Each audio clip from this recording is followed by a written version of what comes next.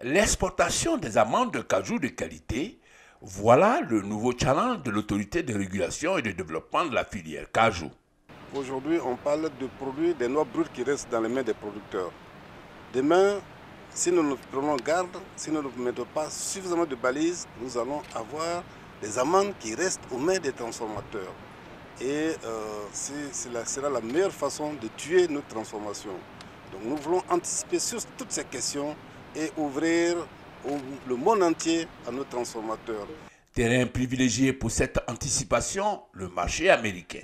L'Amérique consomme 40% de la production d'amandes de cajou mondialement.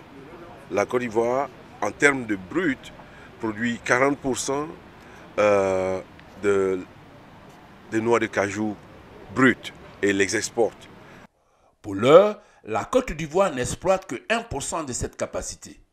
Faire mieux devient l'enjeu majeur pour une double raison. Le marché américain, c'est le plus gros consommateur d'amandes. L'accès à ce marché garantit un débouché sûr pour nos transformateurs. Ça, c'est un. De deux, le marché américain est reconnu comme le marché le plus exigeant en termes donc, de qualité et d'exigence, de sécurité alimentaire. Donc une fois que vous avez accès à ce marché, les autres marchés vous sont ouverts. La porte d'entrée pour conquérir ce marché, le cabinet américain Ivory Cajou, spécialisé dans la formation, la certification et le commerce d'amandes de cajou de haute qualité. Un premier test grandeur nature a permis de distinguer des lauréats. Pour ces exigences, le Conseil Coton Anacarde a conçu un programme d'accompagnement des unités industrielles de Côte d'Ivoire dans la démarche qualité afin de satisfaire aux normes américaines et internationales sur la sécurité des aliments.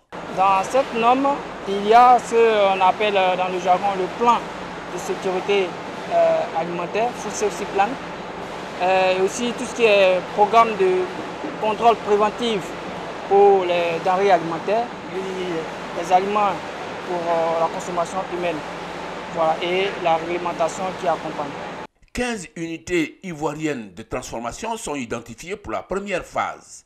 Ces unités vont être évaluées sur leur capacité à pénétrer le marché américain. En matière d'importation de produits alimentaires, des experts de haut niveau sur 15 jours vont auditer les dites unités.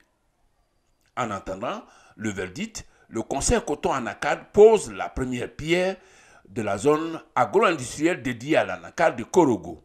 Expression de l'ambition de la Côte d'Ivoire de transformer 100% de ses noix d'ici à 2025.